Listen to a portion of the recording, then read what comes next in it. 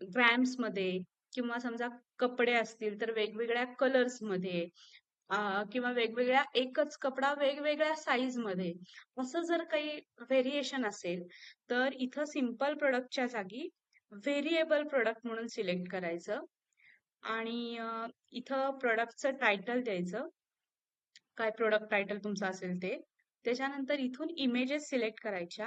ह्या तुमच्या already uploaded image येतील आणि जरी त्या इमेज नसतील तर इथं अपलोड फाईल्समध्ये जावा, सिलेक्ट फाईल्समध्ये जावा आणि इथून तुमच्या ज्या काही फाईल्स तुमच्या कॉम्प्युटरवरती असतील त्या सिलेक्ट करा आणि ओपन केल्यानंतर त्या तुमच्या इथं मीडिया लायब्ररीमध्ये ऍड होतील आणि यातल्या ज्या इमेजेस असतील त्या तुम्ही इथं सिलेक्ट करू शकता.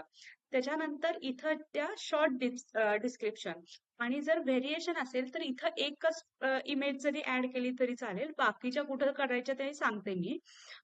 तर इथं आहे ते शॉर्ट डिस्क्रिप्शन ऍड करा. या शॉर्ट डिस्क्रिप्शन सेक्शन मध्ये Short description.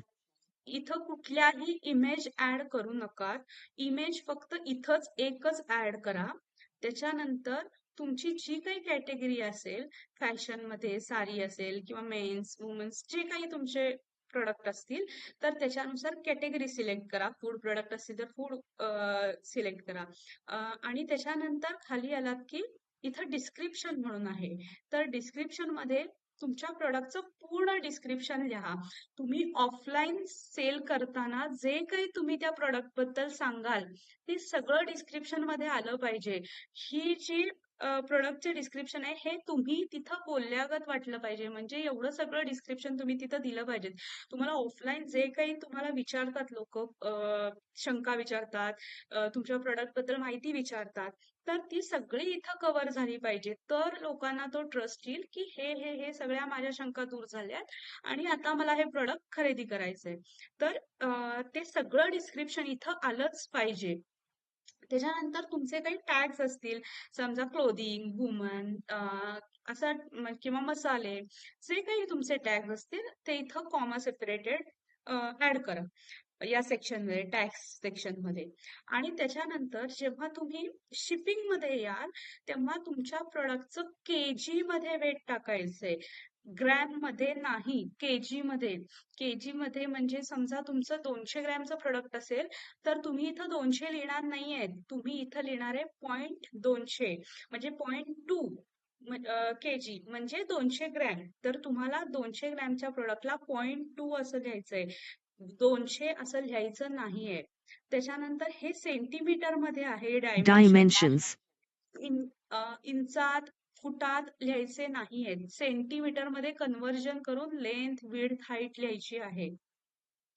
त्याच्यानंतर इथं काही नाही ऍड केलं तरी चालेल. शिपिंग क्लासमध्ये आपलं शिपरॉकेटचं शिपिंग ऍड झालेलं आहे, त्यामुळे इथं नाही केलेलं तरी चालेल.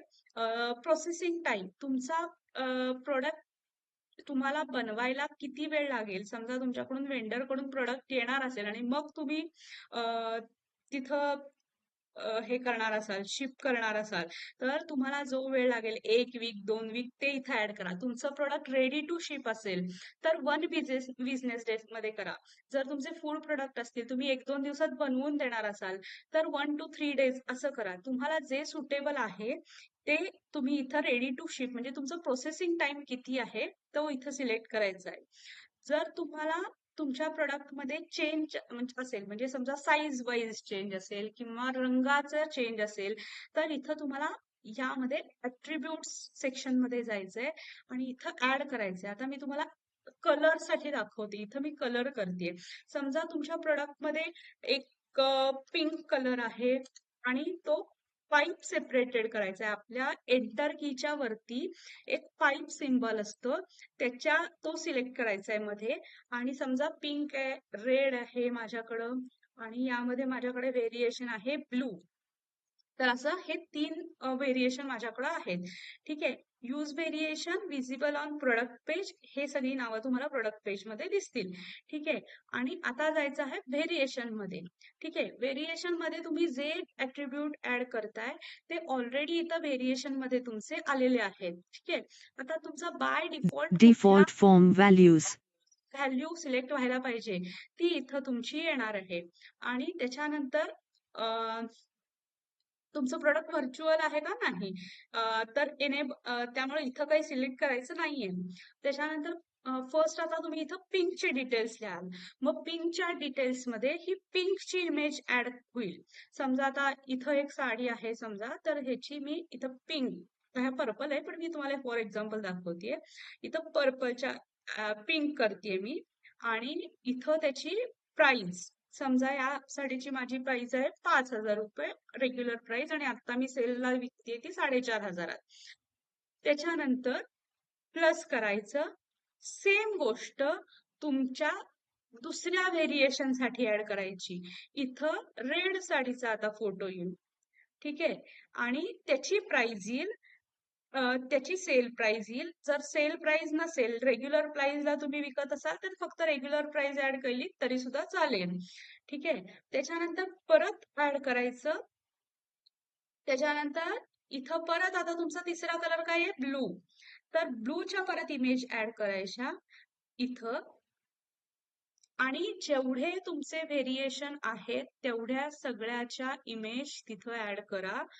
आणि हे बघा, आता इथं मी ब्लू, आता इथं 3 गोष्टी मी ऍड केलेल्या आहेत, ठीक आहे. 3 व्हेरिएशन मी दिलेले, ऍट्रिब्यूट दिलेले होते, त्यामुळे मला इथं 3 व्हेरिएशन द्यावे लागतील. तर आता माझे 3 इथं व्हेरिएशन तयार झालेत. आणि मग तुम्ही तिथं बाकीचे तुमचे लिंक प्रोडक्ट मध्ये तुम्ही तुमच्या प्रोडक्टचे म्हणजे बाकीच्या प्रोडक्टच्या लिंक इथं नाव टाईप करू शकता आणि ते ऍड करू शकता. त्याच्यानंतर तुमच्या प्रोडक्ट पॉलिसीज काय तुम्ही हे करणार असाल, तुमच्या ह्याच्यावरती असतील, पेजवरती तुम्ही ऍड केले असतील तर ते करू शकता. आणि मग तुम्ही बाकी काही नाही केलं तरी चालेल, पण हे व्हेरिएशन्स वगैरे करून इथं सबमिट करायचंय, ठीक आहे. मग तुमच्या प्रोडक्टचे व्हेरिएशन्स नुसार कस्टमर सिलेक्ट करू शकणार आहेत. जर तुम्ही फक्त इमेजेस, व्हेरिएबल प्रोडक्टला सुद्धा फक्त इमेजेस टाकल्यात इथं आणि बाकी काही डिटेल्स दिले नाहीत, सिंगल प्रोडक्ट सारखं टाकलं, तर कस्टमरना कळणार नाहीये की आपण कोणता कलर सिलेक्ट करायचा आहे, तिथं ऑप्शन येणार नाहीये. त्यामुळे तुम्हाला हे व्हेरिएबल प्रोडक्ट म्हणून ऍड करायचं आहे.